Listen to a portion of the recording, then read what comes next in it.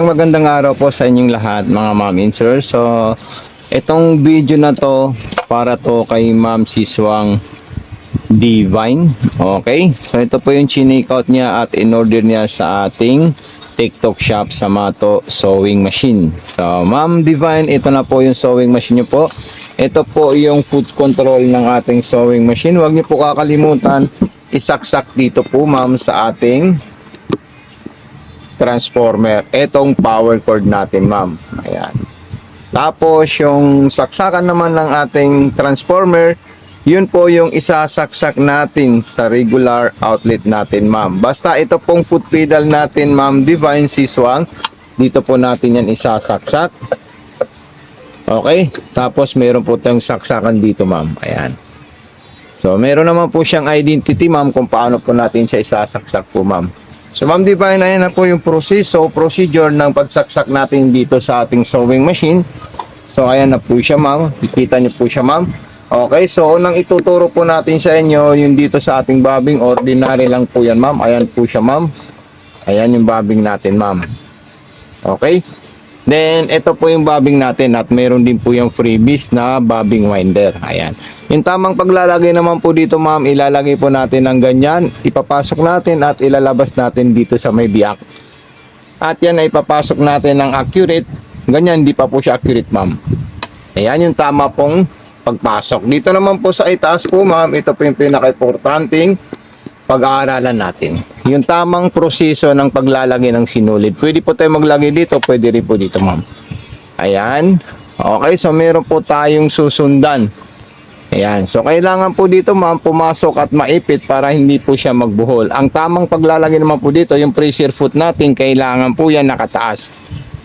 Bakit po? Para po bumuka yung tension. Ayan.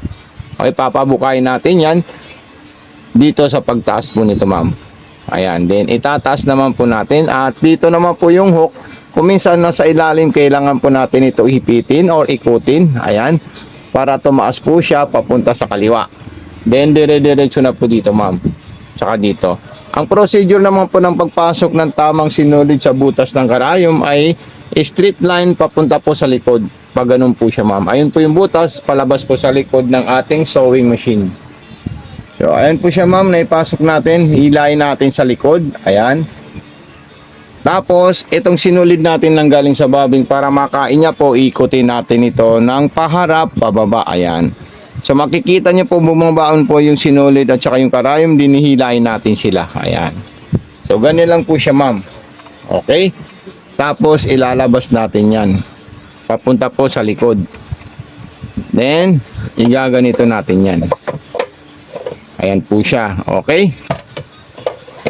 So ayan po ma'am. Then maglalagay po tayo ng tela po ma'am Divine. Kahit anong klaseng tela pwede po natin tahiin dito sa ating unit. Ayan. Ito po siya ma'am, ilalagay na natin ito, yung tela natin. Ang kagandahan dito, one selector lang po siya ma'am. Kung ano po yung gusto natin tela, kung cotton, yung number 6. Kung pangmaong, yung number 7. Para sa mga sipon at mga satin at maninipis na tela, pwede po yung 5 at saka 6. So ayan, dito naman po yung reverse natin ma'am.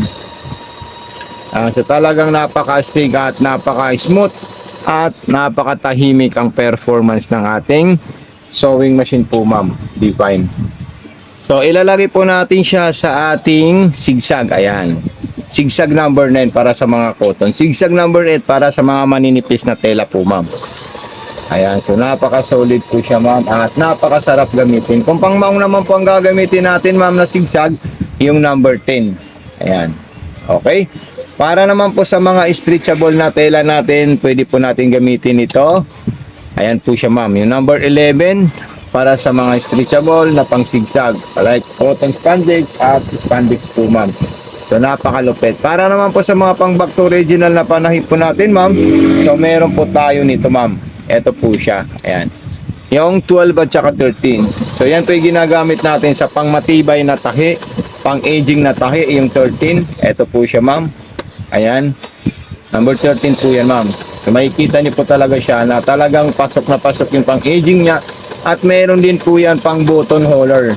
papaliwanag natin yung procedure ng pang button holder para po maintindihan nyo po ma'am at meron po kayong mapanood. Sa procedure ng button holder, may 1, 2, 3, 4. So, dapat pupunta po tayo sa 1 and 3. Ayan. Okay, yan po yung procedure ng button holder. Pagkatapos, pupunta po tayo sa number 2. Okay, paatras po yung number 2. Kung hindi nyo po siya makuha, ang unang gagawin nyo po para procedure po ng ano natin, pwede po tayo pumunta ng number 4. So, ayan. Abante po siya. Pagkatapos niya po mabante, punta po kayo sa 1 and 3. Then, punta naman po kayo sa number 2. Then, hihilayin nyo lang po siya or aalalayan nyo lang po yung unit natin sa tela para po umatras po siya, ma'am. Ayan. So, ayan po siya, ma'am.